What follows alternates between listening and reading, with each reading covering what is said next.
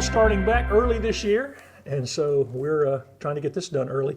Let's just start by talking about the recovery from COVID. Where would you say you are on that chart of recovering from COVID? I think we're well on our way. I would say academically, we're probably back where we were prior to COVID. COVID was, even though we didn't miss a lot of school, we missed from March through the end of the year when the governor shut down all of the schools. But we didn't miss any more school other than that. But that first COVID year was a tough year with all of the procedures and things that we had to do as a district and teachers had to do and students had to do. And but we feel like academically we're probably back where we were prior to COVID. Emotionally, I think we've still got a ways to go. We see quite a number of mental health issues that we didn't see the years before COVID, and that's something that we're certainly working through with our guidance counselors and our mental health counselors as well. I guess the kids who started school during that particularly have had trouble getting their bearings, the young kids. Yes, I would absolutely say so. The young kids, particularly those that because the kids who were already in the system kind of they know how to play school, they know what the deal is. But if you miss the first year of school, if your parents decided it might be better for you to do online schooling or homeschooling, you missed quite a bit, particularly in that socialization when you're around the other 25 students. And we definitely have seen that, particularly in our elementary schools, an elevated level of classroom management type issues that we've had to deal with. But that's getting better. We're moving in a positive direction for sure. And it's exacerbated a little bit because y'all are a very large district. Remind people how many students you have. Sure, we have just under 11,000 students is what we have. So we're the second largest school district in the county.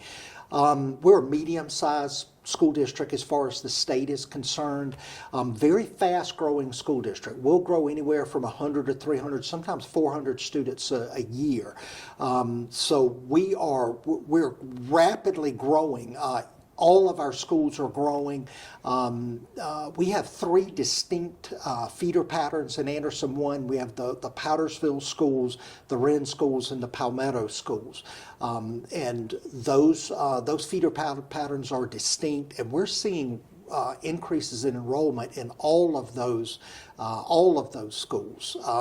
And so it's difficult sometimes to keep up space-wise and classroom-wise with the number of classrooms that you have with that kind of rapid growth that you see. Our building program is never ending.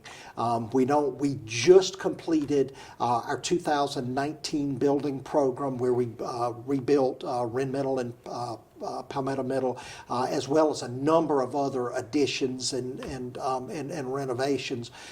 We are quickly starting now on our 2022 building program, which will see a new elementary school in the Powdersville area, as well as some additions and renovations at other schools as well. If you're growing that fast over the next 10 years, you're going to have a pretty substantial challenge to meet that, correct? It is, and it's been this way in Anderson 1 for a while. It's a desirable place. Anderson County is a great place to live. Folks seek out Anderson County school districts, and certainly Anderson 1 is one of those that parents seek out. We have lots and lots of phone calls for folks who want to ask how do they get their students in Anderson 1, or how do they keep their students in Anderson 1, because they may be moving out of the district. And it's been a long-term challenge for us. Recently, the building has increased significantly and has put a pretty significant strain on the district as far as our infrastructure is concerned, to be able to provide enough classroom space for the number of students. And you've been able to keep up with teachers, keeping enough teachers for? Well, Teachers have always been an issue. Retaining and recruiting the best and the brightest teachers, because if you don't have great teachers, you're not going to have a great school district. And so our personnel department does a great job of recruiting those teachers. But it's hard work. It is, you really have to go out and work hard in order to win over new teachers or teachers that are currently maybe in another district or potentially moving into the area.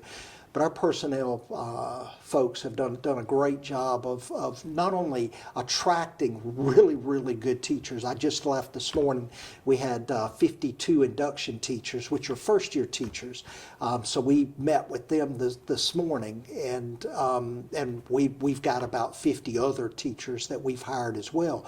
But retaining quality teachers is just as important, if not more important, to make sure that you provide the culture and the environment that teachers feel like that they thrive in and feel like that they are a part of a family here at Anderson One. So we feel like we hit both of those avenues pretty well. Filling positions of teachers here retiring as well, I think's been a challenge. Yeah, we do. We definitely have a number of teachers who've retired. They've put their 30, 35, sometimes even 40 years into the district, and they deserve a little rest. And so being able to replace those retirements has certainly been a top priority for us.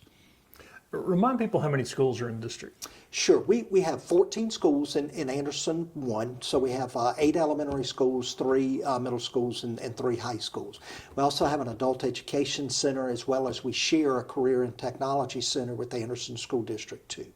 And I just talked to Holly Harrell at the Career Center. Tell me how important that is to the district. Oh, it's incredibly important to be able to provide a center that provides the kinds of academic work that they do at the Career Center.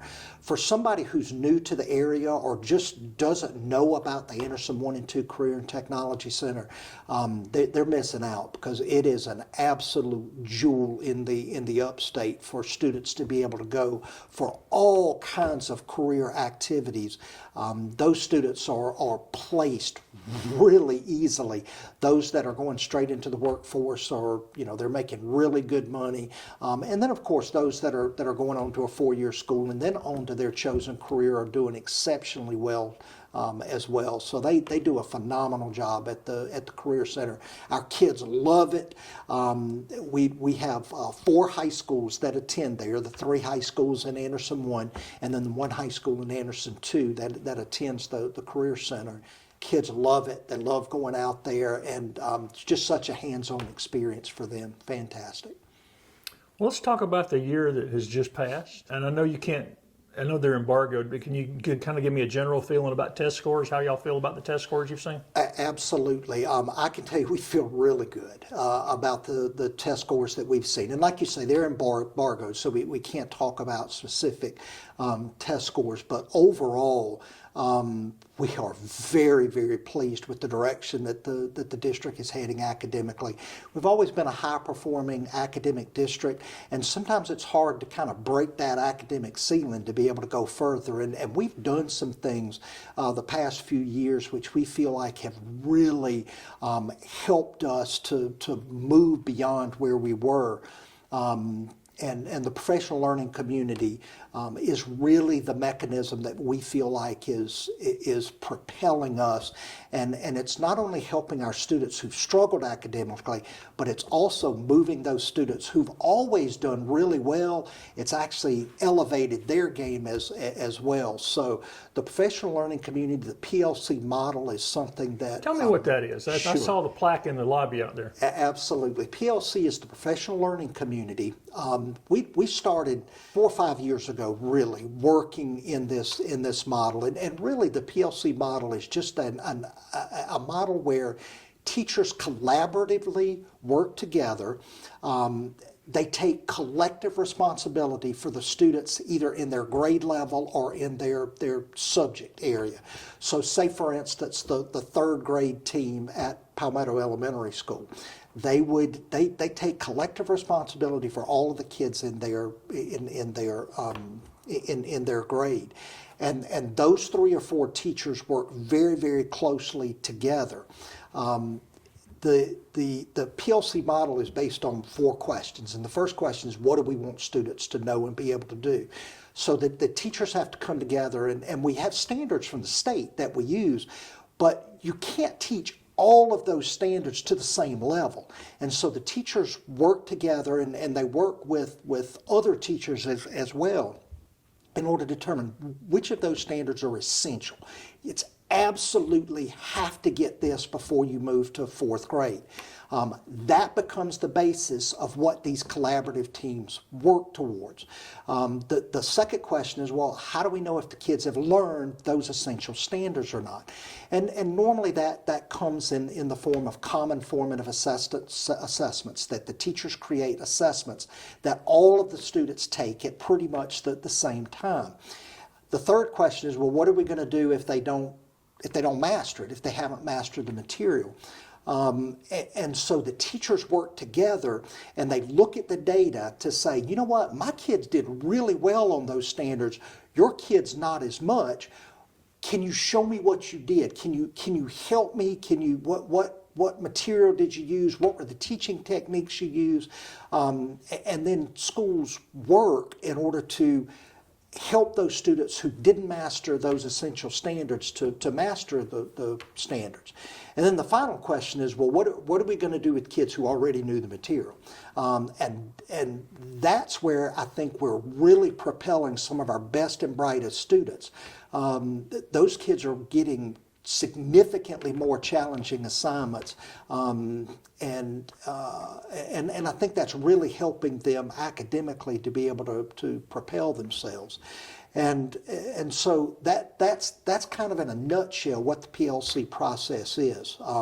We were named this past year as the first school district in South Carolina to be named a model PLC district. We're very proud of that. Our instructional team has worked incredibly hard to work with our principals and work with our administration and our schools and our teachers on this PLC process. And then we have individual schools that have been named model PLC schools. This rigorous process that's involved in applying to be a model PLC school. So we have a number of our schools, Powdersville Elementary, Spearman Elementary, Cedar Grove Elementary, Palmetto Middle School, Palmetto High School, and I'm sure I'm forgetting one. But all of those schools have been named model PLC schools, and we suspect in the coming coming months we'll probably have others that'll be named model PLC schools as well. Very proud of that. Well, let's talk about things you're proud of. This past year, what are some of the highlights that y'all accomplished that you were hoping to get done this past school year? Sure. Well, the professional learning community is really been our focus, because we feel like that's the mechanism that's going to move Anderson 1 beyond the ceiling that we've kind of been bumping up against academically. So that's been a real major part of the focus of our district. The mental health issue is certainly something that we take very seriously. We see a significant increase in mental health issues. That might be anxiety, might be depression, could be suicidal ideations, those types of things. We see a significant increase in those areas. So being able to increase our number of mental health counselors, to be able to help train our teachers on what to look for in some student behavior that may fly underneath the radar, but maybe we should see that behavior as being troubling. So our threat assessments, we've trained teams in each school. When a student says something that may be threatening, may be harmful to themselves or to others, we have a very distinct process that we use in order to determine the level at which we should be dealing with that particular situation. So the mental health issue is something that we've spent a lot of time with. We've hired a number of additional mental health counselors, which certainly helps to be able to work with some of our most needy students mental health wise. And our building program is something that we've spent a lot of time on this year, finishing up the 2019 program, starting the 2022 program. We've spent a lot of time. We're finishing up the addition to Powdersville Middle School, 12-room addition there, and we are in the process of purchasing land for the new elementary school in Powdersville. So those have been some of the significant areas, and of course you can never leave out teacher recruitment. Teacher recruitment used to be a 3-month deal. Well, it's a 24/7 deal now. You always have to be in the mode of retaining teachers and interviewing and hiring teachers for the upcoming school year. So even though we're just starting, this next school year it won't be long. We'll be ready to really go out and interview some of our student teachers, some of our younger candidates that are in college at this point. What about athletic success? Athletics has been fantastic. This has been a great year athletically. We had a number of state championships that we're exceptionally proud of. This is the first year in a long time where all 3 of our high schools are actually in the same region. So that creates some real drama within our schools and some excitement within our schools, because it's not just a rivalry game within the district. You're also playing for region positioning and playoff berths. So hats off to our coaches and our athletic directors who did a phenomenal job this past year of really pushing our teams forward. All right, let's look ahead. What have you and your board identified as the primary objectives for the coming school year? Sure. Well, I think it's really a continuation of what we're doing this year. The PLC process is not just because we were named a model PLC district. That doesn't change the emphasis. It is a continuous cycle of teachers working with each other to help students to be successful. And so we'll spend much more time in coaching and individual work with grade levels and with subject areas in the middle and the high school. We've had some great success. Those schools that are implementing the PLC process with fidelity by far showed much greater academic gains than other schools did. So the proof's in the pudding, as they would say. So we feel really good about that. We'll continue with our mental health, thinking and looking at ways to help our students and our parents to be able to resolve some of the mental health issues that we see. And of course, our building program will be in full swing this next year as we begin, as we finish up on Powdersville Middle School on their 12-room addition, as well as all the architectural drawings for the new elementary school in Powdersville. And of course, as soon as we get that built, it'll be time to build another elementary school in order to relieve the overcrowding that we're seeing at Spearman at this point. So those are the major things that we're looking at. We feel like we're so fortunate where we are and the communities that we live in. Our parents are just fantastic. They are partners with us. When you call home and say Johnny's not doing his homework, guess what? Johnny starts doing his homework. And we feel really blessed to be in a community that has parents that are so involved in their students' education. It obviously makes a world of difference to us as teachers and administrators when parents are that involved in the students' educational progress. So we feel blessed.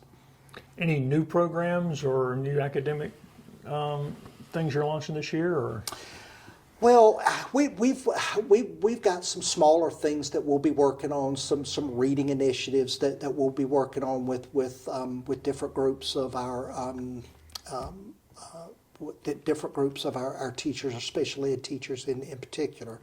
But for the most part, we feel like we want to strengthen those things that we're doing. do those things really well that we're doing good now, we feel like that really helps our kids. About security, any new initiatives or just shoring up what you got? Or? Absolutely. Safety and security is always top priority for us, and what the building programs have allowed us to be able to do things like creating secure vestibules in all of our schools, and implementing school guard glass in our schools, and the camera systems, state-of-the-art camera systems. So we feel really good about our systems that we have in place. But we have to be consistent with those things, and we, our schools know that, our teachers, our students understand that we're not immune to school violence, and we have to be on alert all the time, and those systems have to be in place, and they have to be monitored, and that's really, really important to us to make sure that we're consistent in that area. What about communication? Have y'all done anything to change the way y'all communicate with parents? Well, we think communication is really, really important, and we have a number of ways of communicating. Probably the newest thing that we have in Anderson One is we have a new website that's attached to our school district app, and of course that's how people are really getting their information now, and so we feel like that's a good move for the district to move in that direction. We think it'll be easier for parents to access the information. The website is certainly crisp and new as well. So it's easier to find things on the website that it was before.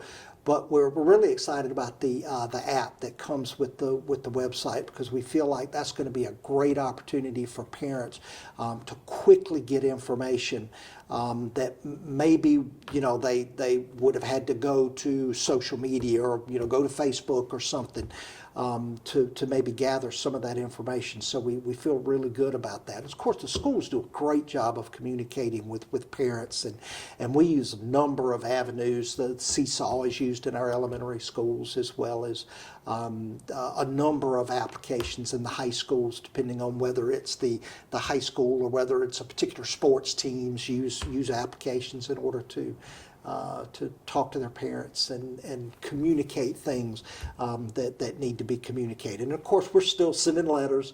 We're still using email and obviously making phone calls as well when those are necessary, for sure.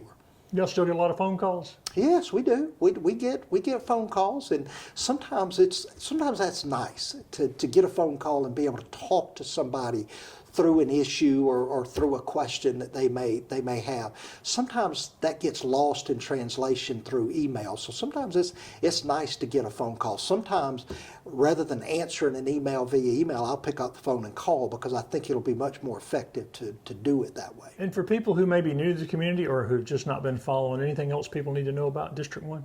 We love it here. We think the culture here is pretty special. The environment is special here in Anderson 1. We got a great reputation, but part of that reputation flows from the community that we live in. We're only as good as the students and the parents and the community that our district is in.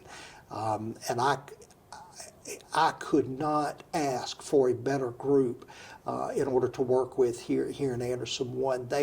They're focused on education. They are fiscally conservative, and they expect for students to learn academically. They expect for students to be taken care of when they come to school, and of course that's exactly what we expect as well.